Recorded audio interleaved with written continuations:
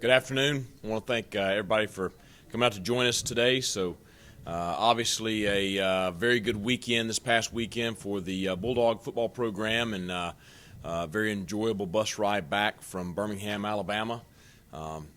Every win that you get in the Southern Conference is a big win, but to be able to go out and win a big one on the road against such a quality opponent as Samford, after having a couple of big wins at home, was certainly a special weekend for us.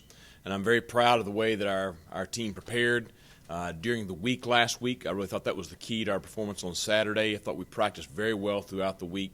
I thought we prepared ourselves on the bus trip up and through our everything doing in preparation for the game to go out and play a very, very physical football game on both sides of the football.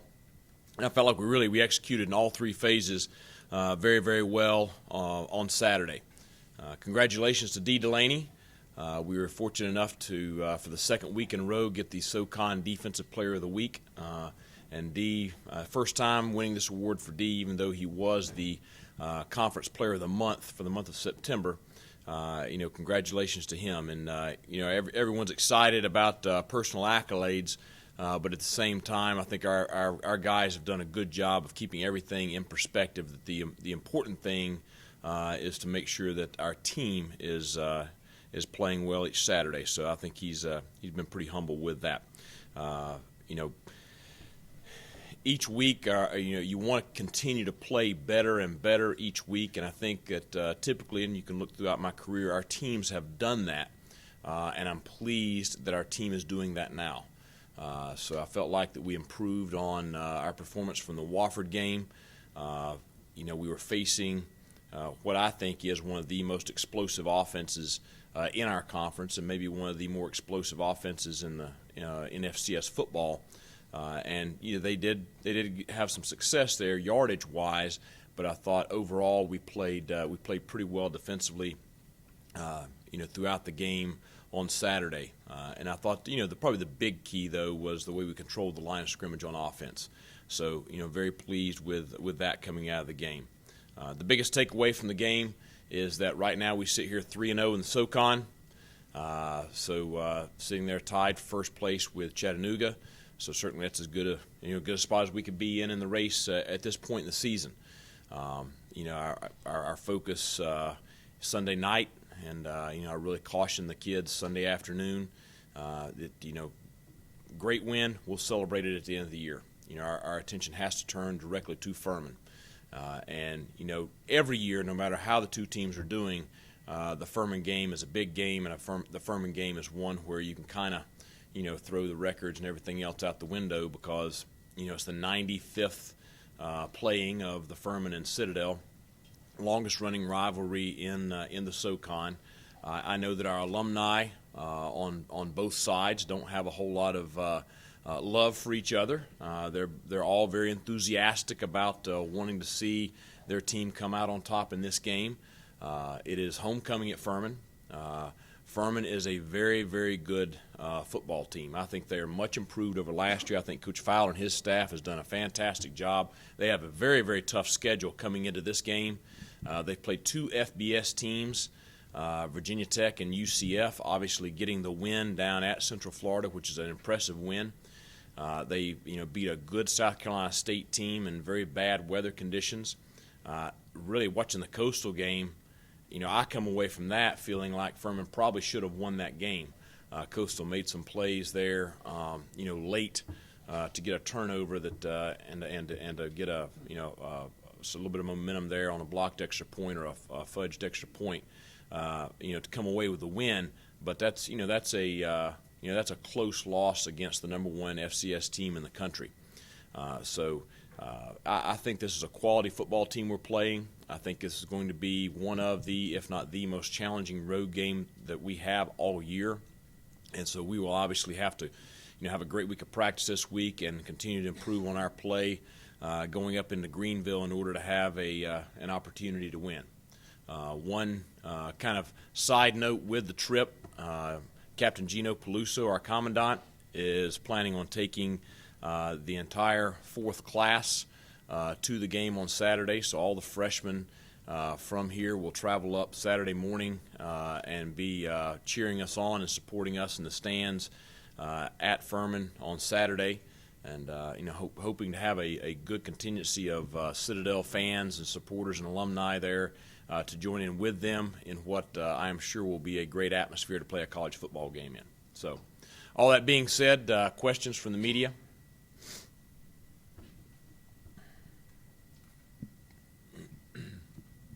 Coach, right now you lead the SoCon in turnover margin. How big, might seem like common sense, how big has that been to the 3-0 start?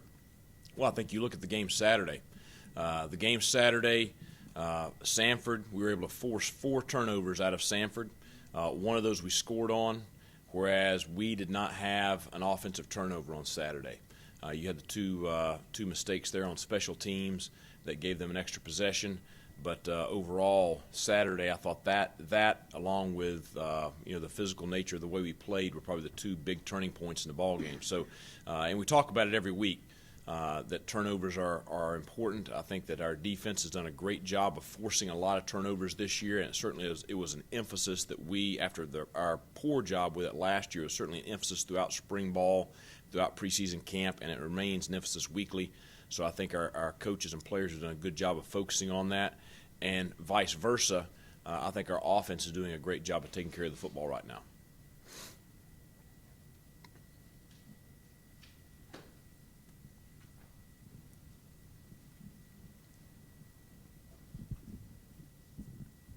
You've only obviously been here 2 years, but the level of confidence, the swagger, how much has that changed from game 1 last year that you saw to right now 3-0 in the SoCon?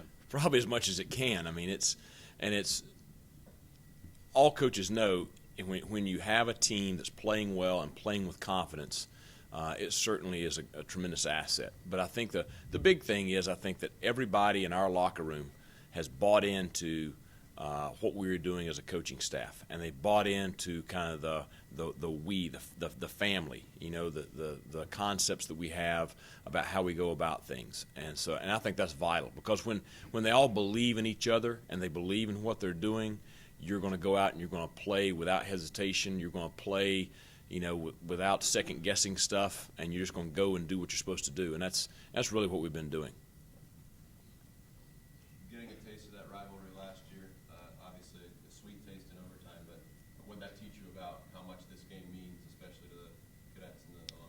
Well, it was a great atmosphere. Obviously, it was homecoming for us last year, just like it is this week for Furman. But the week leading up, I think there's a little more buzz from our alumni for this football game, and you could also sense it from the Furman alumni as well. So I think that it creates a great rivalry, which is one of the special things about college football. Everybody enjoys those big games like that year in, year out. And for so long, this game was the last game of the season. And anytime you have a game like that that's consistently the last game of the season, you typically will have games throughout there where there's a lot more riding on that particular game than some other games throughout the series, and that's what fans remember. They remember the big games where it came down to those 2 teams for a playoff bid or for the conference championship or whatever, and that only adds fuel to that rivalry. So I just think there's a lot of things in this series that have made it what a special game. Mike, Furman's really struggled on offense. Do you attribute that mostly to the schedule they've played, and what is sort of their biggest threat on offense?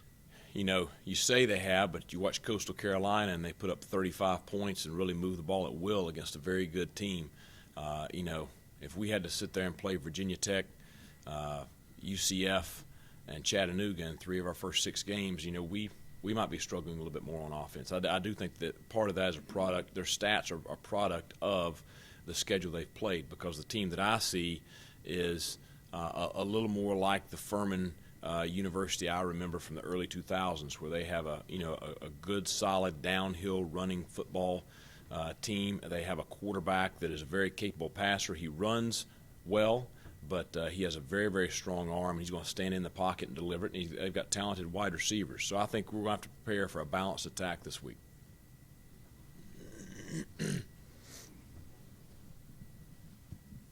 Does it get tougher at this point of the season to make sure the guys focus on just the next game and they're not looking ahead to the home games coming up and then the game with Chattanooga in a month? They have to. They can't focus on anything else. I mean, nothing else matters, and they've heard me preach that for a year and a half now. Nothing else matters than the game that's right in front of them. And you've got to. Each game every week is the biggest game of the year because it's the only one that you can play that week. It's the only thing that you can control that week, and that's kind of been a little bit of our motto is throughout the year is control what we can control. There's certain things you can't control: the weather, what other teams do in other games, even what your opponent does to a degree. The things that you can control are the things internally that deal with our team and our program. So it's been something that we've impressed upon them all year. It's something that maybe I've harped on a little bit more early on this week, is just keep our focus straight ahead. I do think that it helps having Furman this week because I think it really keeps them keyed in coming off a big road win against a very good team. It keeps them keyed in to just that game right in front of them. Coach, I know that your blueprint typically becomes pulling away from teams in the third, fourth quarter. Were you at all surprised that you were able to kind of blow last weekend's ball game open in the second quarter? Well, yeah, especially against a team that talented. But I think that kind of goes back to, we were playing well on offense, but also to be able to get such momentum right before the half with the fumble and the recovery by D, and then scoring 2 touchdowns in a minute and a half's time. That was really probably one of the crippling blows on Saturday. I noticed that you have Dom with you today. Can you talk about how he has handled the position and how he has progressed as the season has gone along? Well, I think that what you've seen throughout the year from Dom is just a young player that is benefiting from experience and maturing as he gets more and more time under center, to the point where he's becoming more and more comfortable. All the things that you saw from the guy that was his first time out early in the season, now you don't see those anymore because it's like anybody else. You experience is gained from mistakes, and unfortunately you got to make those mistakes in order to get that experience, and so it's just part of it. And but I'm very pleased with the way he's handling himself. I thought that Saturday was his best game of the year, coming off of the previous week, which I thought at that point was his best game of the year. So I think he, much like our team, is playing better and better each week. Coach, the dizzying tempo that you play, and particularly what you had to face against Samford this past Saturday, a real testament to the conditioning of the team. And you've been injury-free for the most part. Do you attribute that to just being in fantastic shape, or a little dumb luck, or a combination? Well, the big thing I attribute it to is the way our kids practice. Certainly Donnell does a great job throughout the summer of making sure our team is in shape when we report to camp. In season, we do not condition a tremendous amount.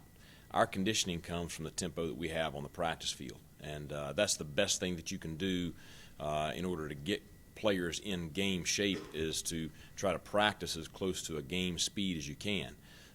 And to me, that's been kind of, throughout our history, kind of the blueprint for us of being in good shape. And also, I think that honestly, I think that helps prevent injuries. Just the guys are accustomed to what they're going to see on Saturday.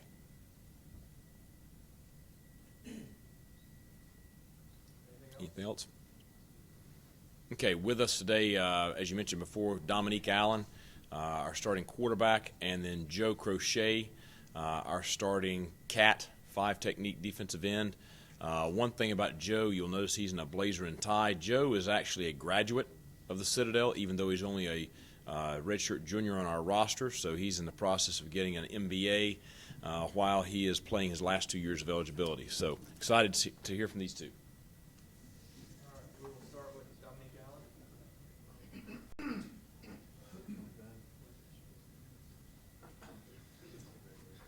Good afternoon.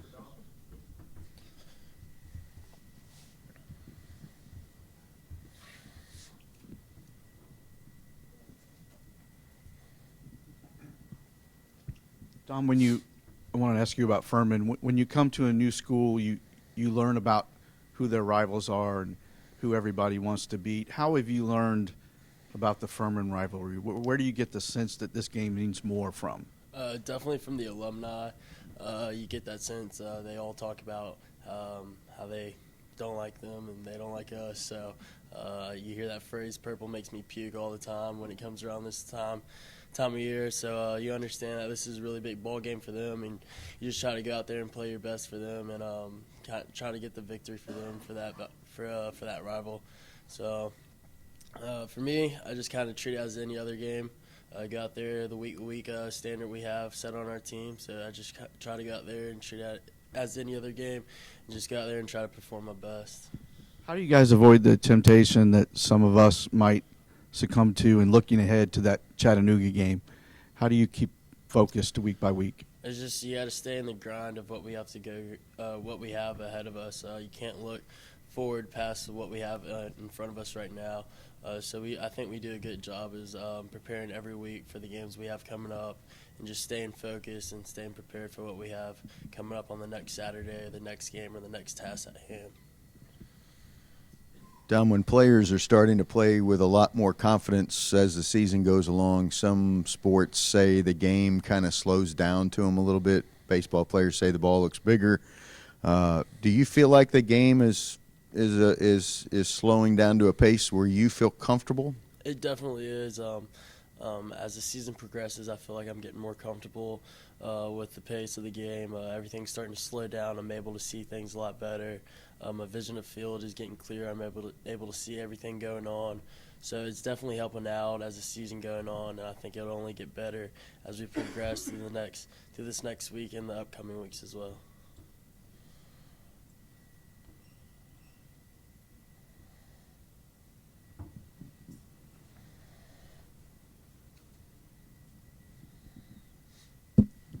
Going back to the turnover margin, as a quarterback, how big have those turnovers been to kind of give you and the offense more, more possessions? It's definitely helpful. When our defense is giving us the ball as many times as they can, it definitely helps for us to put as many points on the board as we did. We got out to a fast start last week and jumped up quick on them, and it also helped when our defense got us the ball back right there in the second half as well to go down and put up some points as well or give us an advantage. But they're doing their best. They're playing their hearts out. We can only return the favor is putting the points on the board to put us in the win or position to win as well. Dom, like Coach said, does the fact that it's Furman this week make it easier to not look ahead because this is such a rivalry and this is a game you guys want to win as much as any on the schedule? Well, we just try to stay focused. It doesn't matter who we have. We could play Georgia Southern again this week, but we just got to look at it from a week-to-week standpoint and just stay focused. We can't get caught up in all the rivalry thing going on or the SoCon rankings or anything like that. We just got to keep our guys focused. And I always like to use the phrase, stay hungry, stay humble. So that just puts a point of emphasis on we still have a lot to accomplish this year. We're not done yet, so we just got to keep working.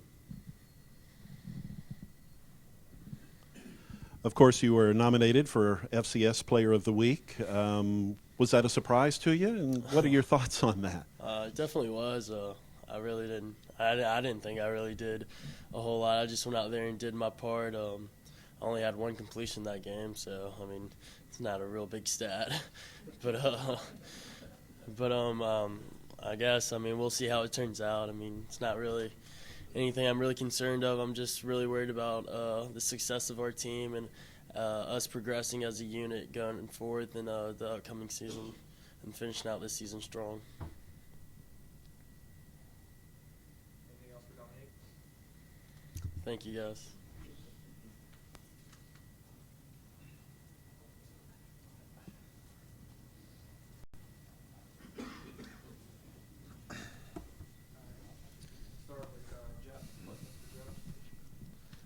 Hey, Joe, I wanted to ask you the same thing I asked Don. Where, in your career at the Citadel, where did you get the sense from that the Furman game meant a little bit more? Charlie Baker. He's my scholarship donor, and he hates Furman with a passion. So he lets me know that. So I got it from him.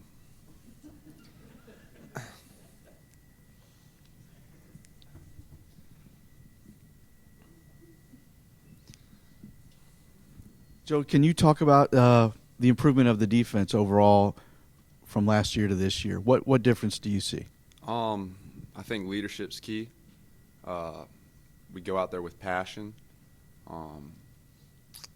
and really just pursuit to the ball. When you have 11 guys playing their position and pursuing to the ball, it makes it a whole lot easier.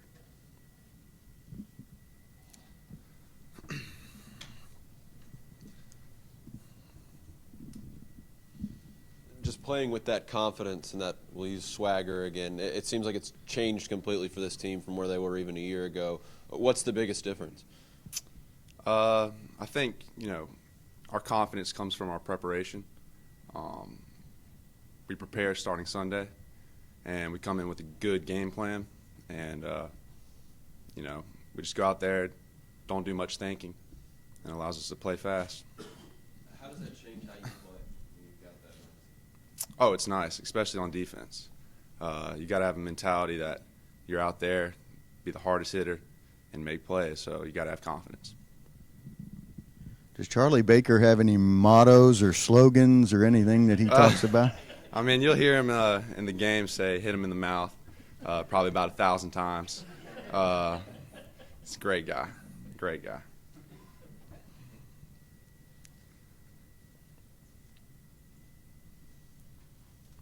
Anything else for Joe?